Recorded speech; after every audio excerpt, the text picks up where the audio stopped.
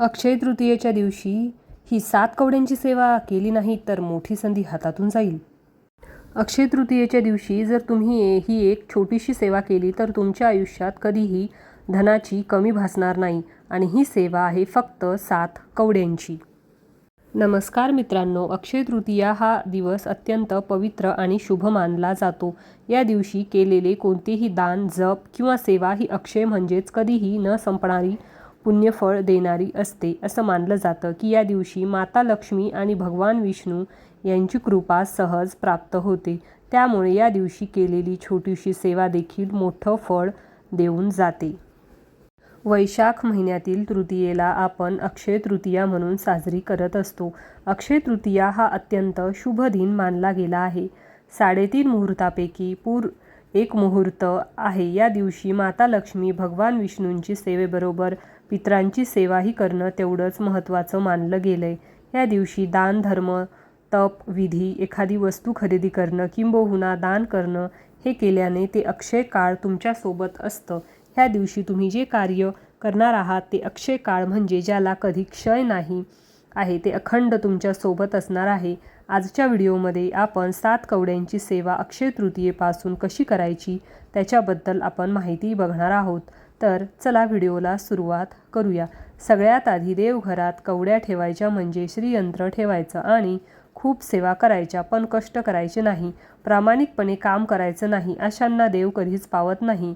कालच स्वामी म्हणायचे, तू माझं कर नको करू, तू माझं नाव घे नको घेऊ, मी आहे. थोडक्यात काय, जो प्रामाणिकपणे कष्ट करत असतो त्याच्यासोबत माता लक्ष्मी, भगवान विष्णू, लक्ष्मी प्राप्ती त्याला होतच. म्हणजे संपूर्ण परमेश्वर त्याच्यासोबत असतोच. त्याच्यासाठी आधी तुमचे कष्ट करणं महत्त्वाचे आहे. आधी खूप कमेंट्स येत होत्या की ताई माझ्या नोकरीचं म्हणजे माझ्या नोकरीमध्ये बढती नाही आहे, माझा एखादा व्यवसाय आहे, मग मेडिकल आहे, बुटीक आहे, पार्लर आहे, ते चालावं म्हणून काहीतरी सेवा सांग. तर त्याच्यासाठीच ही सेवा आहे. पण हो, तुम्ही जर प्रामाणिकपणे कष्ट करत असाल तर जर तुम्ही स्वतः प्रामाणिकपणे असाल तर नक्कीच तुम्हाला या सेवेचा अनुभव येतो. ज्यांना व्यंकटेश स्तोत्रमच्या सेवेचा अनुभव आलेला आहे आणि आपण ती सेवा करत असतो त्याच पद्धतीने ही सेवा आहे. आपल्याला कोणतीही सेवा करण्यासाठी काही म्हणजे प्रश्न असतात बायकांचे की मी हे सोनं विकू का, माझ्याकडे ही सेवा घ्यायला, ती सेवा घ्यायला, सोनं चांदी लक्ष्मी प्राप्ती व्हायला. तर तुम्ही तसं बिलकुलही करू नका. कोणतीच सेवा हे एवढं काही केलं तेवढं काही घेतलं म्हणून ते लक्ष्मी प्राप्ती होत नसते. त्याच्यामुळं तुम्ही सोनं तर बिलकुल मोडू नका.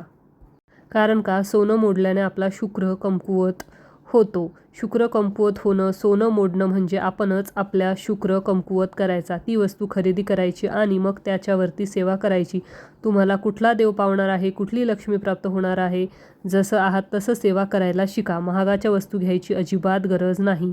आता 7 कवड्यांची सेवा तुम्ही जर केली तर तुम्ही खूप श्रीमंत व्हाल, करोडपती व्हाल, तो तुम्हाला खूप काही मिळेल असं मला अजिबात म्हणायचं नाही आहे. पण हो, तुम्ही प्रामाणिकपणे जर तुम्ही कष्ट करत असाल तर तुम्हाला नशिबाची साथ मिळेल, कारण त्याच्यावर सेवा करायच्या आहेत. देवघरात बऱ्याच ठिकाणी बघितलं जातं कवड्या ठेवल्या जातात, पण त्या कवड्यांवर सेवा केली जाते का? तुमच्याकडे जुन्या कवड्या असतील तर नवीन कवड्या घ्यायची गरज नाही. आणि जर तुम्ही पहिल्यांदा सेवा करत असाल तर तुम्ही 7 पांढऱ्या कवड्या आणा. खरं तर ही सेवा 7 पांढऱ्या कवड्यांची आहे. कवडी म्हटलं तर माता लक्ष्मीला अतिशय प्रिय आहे. आजही आपण जेव्हा तुळजापूरला जातो तेव्हाही आपण बघितलं जातं की आईला सुद्धा कवड्यांची माळ परिधान केली जाते. लक्ष्मी प्राप्तीसाठी कवड्या खरंच खूप महत्त्वाच्या आहेत. लक्ष्मी प्राप्ती म्हणजे काय? सुख, समाधान, शांती, ऐश्वर्य या 8 लक्ष्मी आहेत ज्या आपल्या घरात प्राप्त व्हाव्या म्हणून मी सेवा केली जाते. आधीच मी तुम्हाला क्लिअर करते, फक्त सेवा करून काही होत नाही. तुमचे कष्ट, प्रामाणिक असणं खूप महत्त्वाचं आहे. आता आपण सेवा बघूया. सगळ्यात आधी 7 पांढऱ्या कवड्या आणाव्यात. ज्याच्याकडे ऑलरेडी आहेत त्यांनी अजिबात नवीन कवड्या आणायची नाही. तुम्ही अगदी अक्षय तृतीयेला या कवड्या आपल्या दिवसभरात तुम्ही कधीही सेवा करू शकता. कोणीही सेवा करू शकतं. विधवा असो, सवाशीण असं कधीच मनात आणायचं नाही. सगळ्या महिला सगळ्या सेवा करू शकतात.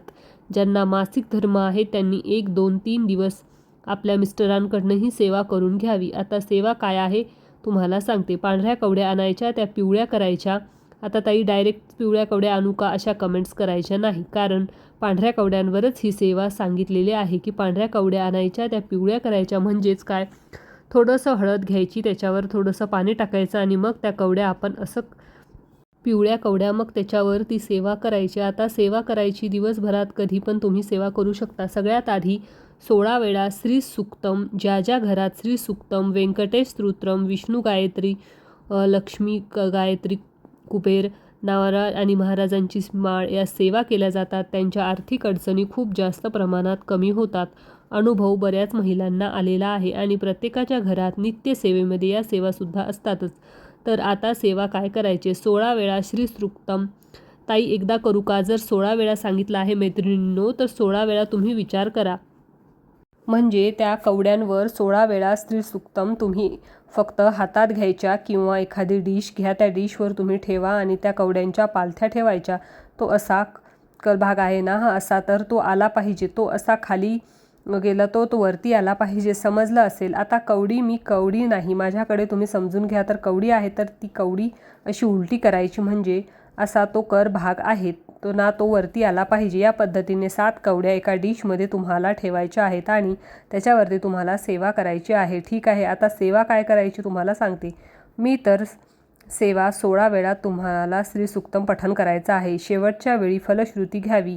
एकदा करू का? आपली जर अडचण एवढी आहे तर आपल्याला एवढी सेवा करायची असते. आपल्या अडचणी असतात एवढ्या आणि आपल्याला सेवा एवढी करायची असते. मग अशा वेळेस काय होत नाही, 16 वेळा सांगितलं आहे तर 16 वेळाच तुम्हाला ही सेवा करायची आहे. 16 वेळा श्री सुक्तम पठण करायचं. 1 वेळा व्यंकटेश स्तोत्रम, एकच वेळा. 16 वेळा श्री सुक्तम, 1 माळ विष्णू गायत्री मंत्र. ताई श्री सुक्तम प्राकृतमध्ये म्हणा, संस्कृतमध्ये म्हणा, व्यंकटेश स्तोत्रम संस्कृतमध्ये म्हणा किंवा जे काही मराठी प्राकृत आहे ते म्हणा, पण संस्कृत जरा छोटा आहे. तुमची अशी इच्छा असेल तर तुम्ही प्राकृतमध्ये पण म्हणू शकता. ठीक आहे. 1 माळ विष्णू गायत्री मंत्र. ओम नारायणाय विद्महे वासुदेवाय धीमहि तन्नो विष्णू प्रचोदयात. दुसरा 1 माळ लक्ष्मी गायत्री मंत्र. ओम महालक्ष्मी विद्महे विष्णू पत्नी धीमहि तन्नो लक्ष्मी प्रचोदयात. 1 माळ आपल्याला कुबेर मंत्र. ओम वेवनाय स्वाहा. ओम ओम श्रीराम कम श्री कम क्लीम श्रीम वित्तेश्वराय नमः. 1 माळ नवर मंत्र. ओम क्लीम चामुंडाय. आणि 1 माळ येते ती आपली श्री स्वामी समर्थ मंत्रांची. कुठली सेवा करत असताना गुरुच्या साक्षीने केलेली सेवा लवकर फलित जाते असं म्हटलं गेलं आहे. ज्यांना 1 माळ करणं शक्य होत नाही त्यांनी 24 वेळा मंत्र जप करावा. म्हणजेच काय, 24 वेळा विष्णू गायत्री, 24 वेळा लक्ष्मी गायत्री, 24 वेळा कुबेर, 24 वेळा नवारण. ठीक आहे, म्हणजे कसं 24 वेळा हा मंत्र जाप करावा. आणि जर ज्यांची खरंच इच्छा आहे त्यांनी 1 माळ जप करावी, कारण जेवढी सेवा वाढवाल तेवढे तुमचे प्रॉब्लेम्स लवकर सॉल्व्ह होतील. म्हणून तुम्हाला सांगत आहे, सेवा खूप प्रभावी आहे. खरं तर तुमच्याकडे गट्ट्याची माळ अंबानी असेल तर विष्णू गायत्री, लक्ष्मी गायत्री याचा मंत्र जप तुम्ही कमळगट्ट्याच्या माळीवर करा. 108 असेल तर त्याच्यावर करा, नाही तर 28 म्हणायचे असते तर तुम्ही 24 वेळा काउंट करा. तुम्ही त्या पद्धतीने करू शकता. तुम्हाला जसं शक्य होईल तसं करा. पण खरं तर अक्षय तृतीयेपासून जर 40 दिवस मासिक धर्म सोडला तर मासिक धर्मात 3-4 दिवस ती सेवा थांबवायची. नंतर जर तुम्ही ती सेवा तुम्हाला कंटिन्यू करायची आहे, तर जर सुतक आलं तर तो खरंच खूप मोठा गॅप असतो. मग त्याच्यामुळे तुम्हाला ती नव्याने सुरुवात करावी लागेल. या पद्धतीने तुम्हाला सेवा करायची आहे. खूप सुंदर अनुभव या सेवेचे येतातच.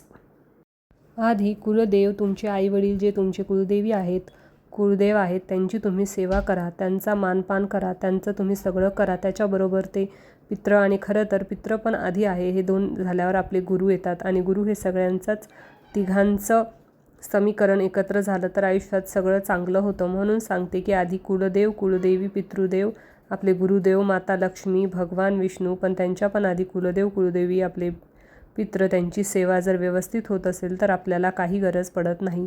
आणि खरं तर अक्षय तृतीया हा दिवस त्यांच्यासाठीच. मी नक्कीच त्या संदर्भात लवकरच माहिती करेल. हा व्हिडिओ मोठा झाला असेल तर माफी असावी, पण माहिती पण तेवढी महत्त्वाची होती.